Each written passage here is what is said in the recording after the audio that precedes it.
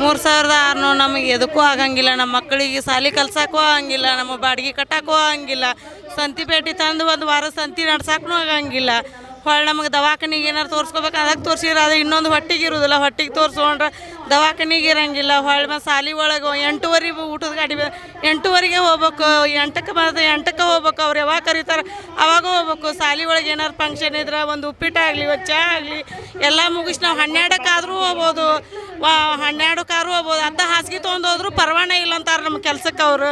ನಮಗೆ ಬರೀ 3600ಕ್ಕೆ ನಾವು ಎಷ್ಟು ಅಂತ ಕೆಲಸ ಮಾಡ್ಬೇಕು. ಶೆಡ್ವೇರ್ ಹೋಗ್ಬೇಕಾದ್ರೆ 6 ಗಂಟೆಲಿಂದ ಹೋದ್ರು ನಮ್ಮ 12ಕ್ಕೆ ಅವರು ಟೀಚರು ನಾವು ಕೂಡ ದುಡ್ದಂಗೆ ರೀ. ಮತ್ತು ಕರೆ ಹೇಳ್ಬೇಕಂದ್ರೆ ಟೀಚರ್ಸಿಗೆ 60,000 70,000 ಪಗಾರ ಇದ್ರೆ ನಮಗೆ ಎದಕ್ಕೂ ಆಗಂಗಿಲ್ಲ. 3600 ಅವರು ನಾವು ಕೂಡ ಮನೆಗೆ ಹೋದಂಗೆ ಮುಂಜಾನೆಗೆ 8:30ಗೆ ಹೋದ್ರೆ ಅವ್ರು ಬರ್ತಾರೆ 10 ಗಂಟೆಗೆ. ನಾವು ಹೋಗ್ಬೇಕಂದ್ರೆ 8ಕ್ಕಾರು ಹೋಗ್ಬೋದು, ಮುಂಜಾನೆ ಬೆಳಿಗ್ಗೆ 7ಕ್ಕಾರು ಹೋಗ್ಬೋದು. ಊಟದ ಗಾಡಿ ಬಂದೈತೆ ಕೈಯಿಂದ ತಿನ್ನೋ ತಾಟಾದ್ರು ಬಿಟ್ಟು ನಾವು ಕೆಲ್ಸಕ್ಕೆ ಹೋಗಬೇಕು. ಬಿಡಿಸ್ತಾರೆ ಅನ್ನೋದು ಒಂದು ಹೆದರಿಕೆ ಒಂದು ಇರ್ತೈತಿ.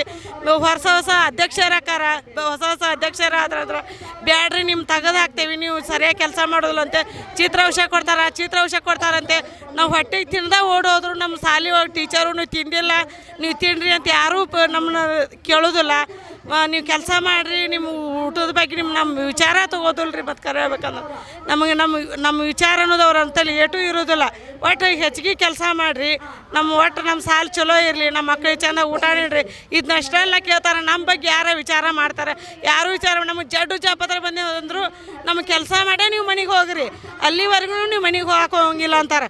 ಎಂಥ ಜ್ವರ ಬಂದರೂ ನಾವು ಮಾಡ್ಬೇಕು, ಒಂದು ಜಡ್ಡು ಬಂದರೂ ಮಾಡ್ಬೇಕು, ಒಂದು ಗರ್ಭ ಚೀಲ ತೆಗ್ದಾರ ಅಂದರೂ ನಾವು ನಮಗೆ ರಜಾ ಅಂತರೂ ಇಲ್ಲ ಅಂತ ಕುಲ್ಲ ಹೇಳ್ತಾರೆ. ಬರೀ ಒಂದು ತಿಂಗಳದಾಗ ಒಂದು ರಜಾ ಮಾಡಿದ್ರೆ ನಮ್ಮ ಮನೆ ಒಳಗೂ ಹೆಣ್ಣು ಮಕ್ಕಳು ಅಂತಿರ್ತಾರೆ, ಏನೋ ಒಂದು ತೊಂದರೆಗಳಿರ್ತಾವೆ, ದೊಡ್ಡವರಾಗಿರ್ತಾರೆ, ಅದಕ್ಕೂ ನಿಮಗೆ ರಜಾ ಇಲ್ಲ ಅಂತಾರೆ. ಎದಕ್ಕೂ ರಜಾ ಇಲ್ಲ ಅಂದ್ರೆ ಕೆಲ್ಸಕ್ಕೆ ಹೋಗ್ಯಾರ ನಮಗೆ ಏನು ಪ್ರಯೋಜನ ಐತಿ? ನಮಗೆ 20,000 ಕೊಡ್ತಾರೆ, 30,000 ಕೊಡ್ತಾರೆ, ಎಷ್ಟು ಇಲ್ಲ. ಬರೀ 3600 ಕೊಡುವಾಗ ಬರೀ ನಮ್ಗೆ ಇಷ್ಟು ಕೆಲಸ ಮಾಡ್ಕೋತಾರೆ ಅಂದ್ರೆ ಇದು ಅನ್ಯಾಯದ ಕೆಲಸ. ನಮಗೆ 10,000 ನಮಗೆ ಹೆಚ್ಚಿಗೆ ಮಾಡಿದರೆ ಚಲೋ.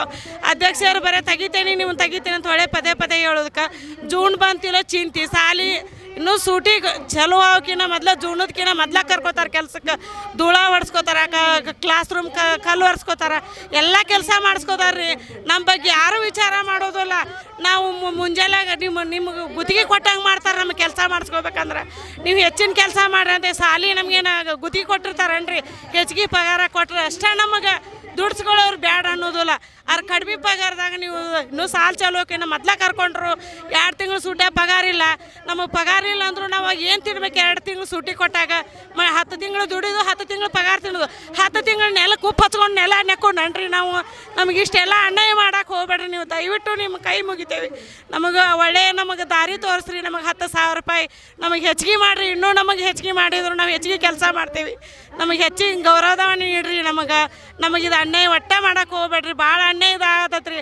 ನಾವು ಇಷ್ಟು ಜನ ಎಲ್ಲರೂ ಒಗ್ಗಟ್ಟಕ್ಕೆ ಇನ್ನೂ ಒಗ್ಗಟ್ಟಕ್ಕೆ ಹೆಚ್ಚಿಗೆ ನಾವೆಲ್ಲರೂ ಒಗ್ಗಟ್ಟಿದ್ರೆ ಯಾರೂ ನಮ್ಮ ತೆಗೆದು ಹಾಕೋಕ್ಕೂ ಬರೋಂಗಿಲ್ಲ, ಯಾರು ಇದು ಮಾಡೋಕ್ಕೂ ನಮ್ಮ ಹಿಂದೆ ಎಲ್ಲರೂ ಇರ್ತಾರೆ. ನಾವು ನಿಮ್ಮ ಜೊತೆನೂ ಇರ್ತೇವೆ ರೀ. ನಮಗೆ ಹೆಚ್ಚಿನ ಸೌಲಭ್ಯ ಕೊಡ್ರಿ. ಒಟ್ಟು ನಾವು ಇಷ್ಟು ಹೇಳಿ ಮುಗಿಸ್ತೇವೆ ರೀ.